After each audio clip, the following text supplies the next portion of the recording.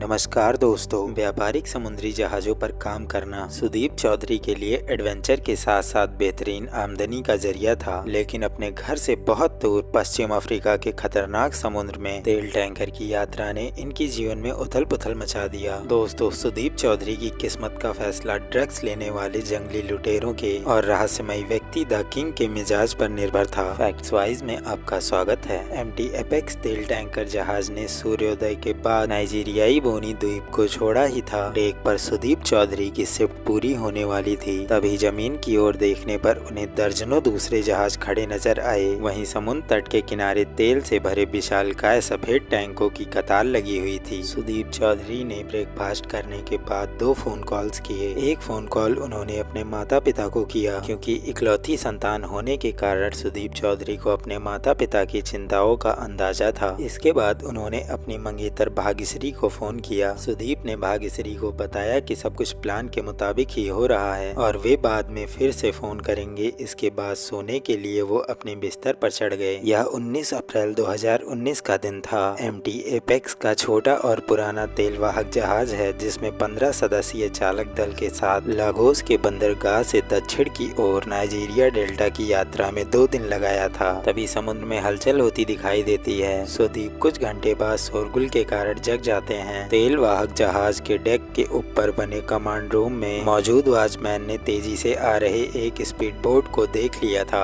दोस्तों, speed boat पर हथियार से लैस 9 आदमी सवार थे। 80 मीटर लंबे जहाज पर उसकी चेतावनी की आवाजें चालक दल के सदस्यों तक पहुंच गई थी। उन लोगों को यह मालूम हो गया था कि ये समुद्री लुटेरे हैं। सुदीप चौहान की जहाज में डर का माहौल बन गया था। वो लोग ये भी जानते थे कि वो इनको रोक नहीं सकते, लेकिन वे खुद को छिपा जरूर सकते थे। 28 साल के सुदीप जहाज के 3rd ऑफिसर थे। वे अपेक्स पे काम कर रहे 5 अन्य भारतीयों के प्रभारी भी थे। जहाज पर कोई तेल नहीं था, लिहाजा सुदीप को यह मालूम था कि समुद्री लुटेरे फिरौती के लिए कर्मचारियों का ही अपहरण करेंगे। अमेरिकी और यूरोप कर्मचारियों के अपहरण से अन्य काफी फिरौती मिल जाती है, क्योंकि उनकी कंपनियों से सबसे ज्यादा फिरौती मिलती है। लेकिन वास्तविकता यह है कि इन जहाजों पे काम करने वाले ज्यादातर कर्मचारी विकासशील देशों के हैं। एपेक्स पर अफ्रीका कर्मचारियों के अलावा केवल भारतीय कर्मचारी मौजूद थे। सुदीप के पास 5 मिनट से भी कम का समय बचा था। उन्हें सबसे पहले अपने लोगों को जहाज के अंदरूनी हिस्सों में बने इंजन रूम में एकत्रित किया और उसके बाद सीढ़ियों से ऊपर भागे ताकि आपातकालीन अलार्म को बंद कर सकें। वापस लौटते हुए सुदीप को महसूस हुआ कि वह केवल अंडरवियर पहने हुए हैं। अंडरवियर में ही वो सो रहे थे। इसके बाद उन्होंने हमलावर को देखा। टी-शर्ट पहने हुए हमलावरों ने अपना चेहरा ढक रखा था। उनके पास असॉल्ट राइफल्स थी। वे जहाज के करीब पहुंच चुके थे और अपनी स्पीड बोट से जहाज पर आने के लिए सीढ़ी लगा रहे थे। भारतीय दल ने एक छोटे से स्टोर रूम में छिपने का फैसला किया। वे वहां बिजली के बल्ब, तार और अन्य सामानों के बीच छिपे हुए थे। वे अपनी तेज घबराई हुई सांस पर काबू पाने की कोशिश कर रहे थे। समुद्री लुटेरे जल्द ही वहां तक पहुंच गए। उनकी आवाज जहाज के इंजन की धीमी आवाज पर भारी पड़ रही थी। भारतीय नाविक कांप रहे थे, लेकिन वे चुपचाप रहे। वहीं दूसरी तरफ समुद्री लुटेरे खड़े हो जाओ कहते हुए फर्श पर गोली चलाने लगे। और दोस्तों, आपको बता दें, इस फायरिंग में सुदीप को एक गोली लग जाती है। हालांकि वह हड्डी से महज 1 इंच की दूर रह गई थी। इसके बाद लुटेरों ने भारतीय नाविकों को बाहर निकाला और डेक तक लेकर आए। लुटेरों को यह मालूम था कि वह ज्यादा देर अगर यहाँ बोट पे रुके तो उनके लिए खतरा बढ़ सकता है, क्योंकि कैप्टन ने संकट के समय में किया जाने वाला फोन कॉल कर दिया था और गोली की आवाज भी दूसरे जहाजों पर सुनी गई होगी। हमलावरों ने भारतीयों को सीढ़ियों से स्पीड बोट में उतरने को कहा। दोस्तों, आपको बता दें, स्पीड बोट की स्पीड को और बढ़ाने के लिए 2 अतिरिक्त इंजन लगे हुए थे। 22 साल के चिराग को पहली बार समुद्र में तैनात किया गया था। वे नर्वस थे, लेकिन सबसे पहले उतरे। इसके बाद समुद्री लुटेरों की बंदूक के सामने दूसरे भारतीय उतरे और फिर जहाज के कैप्टन, कुल मिलाकर 6 लोग बंधक बनाए गए, 5 भारतीय और 1 नाइजीरियाई। वहीं दूसरी तरफ स्पीड बोट में अब क्षमता से ज्यादा लोग सवार थे। स्पीड बोट के अंदर जैसे तैसे बैठने की स्थिति थी, लेकिन स्पीड बोट चल पड़ी। उधर तेल वाहक जहाज पर चालक दल के दूसरे सदस्य डेक पर नजर आने लगे थे। इन लोगों ने खुद को समुद्री लुटेरों से छुपाने में कामयाबी हासिल कर ली थी। इन लोगों ने स्पीड बोट पर लुटेरों और अपने साथियों को डेल्टा की तरफ जाते देखा। शिपिंग एजेंट्स का संदेशा देर रात में आया था। संदेशे में लिखा था, प्रिय महोदय, ऐसा लग रहा है कि सुदीप की टीम को बंधक बना लिया गया गया है। वहीं जहाज के यूनानी मालिक स्थिति पर नजर रखे हुए हैं। घबराइएगा मत, सुदीप को कोई नुकसान नहीं होगा, कृपया धैर्य रखें। अगली सुबह इन 5 भारतीयों को एक कार की आकार की जितनी बड़ी लकड़ी के टुकड़े पर बैठा दिया गया था, जो मैनग्रोव के दलदल पर टिका हुआ था। नाउम्मीदी के बीच ये लोग लकड़ी के नीचे से भूरे रंग के पानी को घूर रहे थे। बाद में इन्हें जंगल के अंदर बने जेल में ले जाया गया। इसके बाद एक संकरे रास्ते में 1 घंटे की नाव यात्रा के बाद ये लोग वहाँ पहुँचे। शुरुआती दिनों में जंगली लुटेरों ने साफ अंदेशा दे दिया कि अगर फिरौती की रकम नहीं मिली तो वे उनकी हत्या कर देंगे। यह समझाने के लिए बंधक बनाए गए नाविकों को कुछ मौकों पर पिटाई भी की गई। इन सबको हो रहे 24 घंटे बीत चुके थे और सुदीप अभी भी अपनी अंडरवियर में ही थे। सारी रात मच्छरों के काटने के चलते वे शरीर खुजलाते रहते थे। उनके पाँव में गोली लगने के कारण जख्म भी हो गया था, लेकिन उन्हें कोई बैंडेज नहीं दिया गया। सुदीप अपने जख्म पर वही दलदल मिट्टी की लेप लगा लेते हैं। 3 दिन बीतने के बाद लुटेरे दलदल से एक कंकाल खींच कर ले आए और इन नाविकों को दिखाया। यह संभवतः पहले वाले बंधक का कंकाल था, जिनके बॉस ने फिरौती की रकम देने से इनकार कर दिया था। चौथे दिन इन लोगों को भारी भारी पत्थरों का ढेर दिखाया गया। लुटेरों ने बताया कि इन पत्थरों को तुम लोगों के पैर में बांधकर समुद्र में फेंक देंगे अगर पैसों का इंतजाम नहीं हुआ तो। समय के साथ सुदीप ने इन गार्ड के साथ थोड़ी बहुत बातचीत की कोशिश शुरू की। वे बेहद नरमी से इन लोगों से पूछते थे कि आप कैसे हैं, लेकिन गार्ड कोई जवाब नहीं देते या फिर चिल्लाते हुए चेतावनी देते। दोस्तों, इन सबको होते हुए 70 दिन बीत चुके थे और 13 जून को सुदीप के परिवार वालों को सरकारी सूत्रों से मालूम हुआ कि बातचीत पूरी हो चुकी है और फिरौती की रकम का इंतजाम किया जा रहा है। उधर नाविकों को भी कहा गया कि उनको रिहा किया जा सकता है। 29 जून को 9-10 बजे के बीच करीब इन लोगों को नूडल खाने को दिया गया। इसी दौरान एक गार्ड ने आकर सुदीप को चुपके से बताया कि अगर सब कुछ ठीक रहा तो ये जंगल में उनका आखिरी दिन हो सकता है। कुछ घंटे बीतने के बाद एक 65 साल की उम्र का आदमी दोपहर में नाव से आता है। वह आदमी काफी नर्वस दिख रहा था और उसके हाथ में अमेरिकी डॉलर से भरा हुआ बैग था। उसके आने से कुछ ही मिनट बाद यह साफ हो गया था कि सब कुछ ठीक है। वहीं समुद्री लुटेरों का समूह घाना के रहने वाले उस बुजुर्ग आदमी को पीटने लगता है। उन लुटेरों का कहना यह था कि जितनी रकम उनसे मांगी गई थी ये उससे कम है। वहीं दूसरे तरफ उन लुटेरों के बॉस अपने बेल्ट से एक छोटा सा चाकू निकालते हैं और उस 65 साल के उम्र के आदमी के पैर में चाकू मार देता है। बूढ़ा आदमी छटपटाता हुआ दलदली जमीन पर गिर जाता है। इसके बाद लुटेरों का बॉस उन नाविकों के पास आता है और भारतीय नाविकों की तरफ देख के बोलता है, अब पैसे लेकर आया आदमी बंधक रहेगा और पहले के 6 बंधक जाने के लिए आजाद हैं। वो 6 लोग पानी की ओर भागे जहाँ पैसा लेकर आए बुजुर्ग की नाव खड़ी थी। सुदीप ने ड्राइवर से कहा कि वह जहाँ से आया है वहाँ ले चले। 2 महीने से भी ज्यादा वक्त बीतने के बाद भी सुदीप अपने उसी अंडरवियर में थे। हालांकि लुटेरों ने उसे एक फटी हुई टी-शर्ट जरूर दी थी। करीब 4 घंटे बीतने के बाद ड्राइवर ने बताया कि ईंधन समाप्त हो गया है। उसके बाद उसने एक घाट पर नाव रोक दिया। थोड़ी दूरी पर उन्हें एक छोटा सा गांव भी दिखाई दिया जहां नंगे पांव कुछ लोग फुटबॉल खेल रहे थे। फटे पुराने कपड़े पहने नाविक उन लोगों तक पहुंचे। उन्हें बताया कि उनका अपहरण कर लिया गया था। दोस्तों, तो ये थी हमारी आज की वीडियो। उम्मीद करते हैं वीडियो आपको पसंद आई होगी। वीडियो अगर अच्छी लगी हो तो हमारे चैनल को सब्सक्राइब जरूर करें। मिलते हैं आपसे नेक्स्ट टॉपिक के साथ अगले वीडियो में।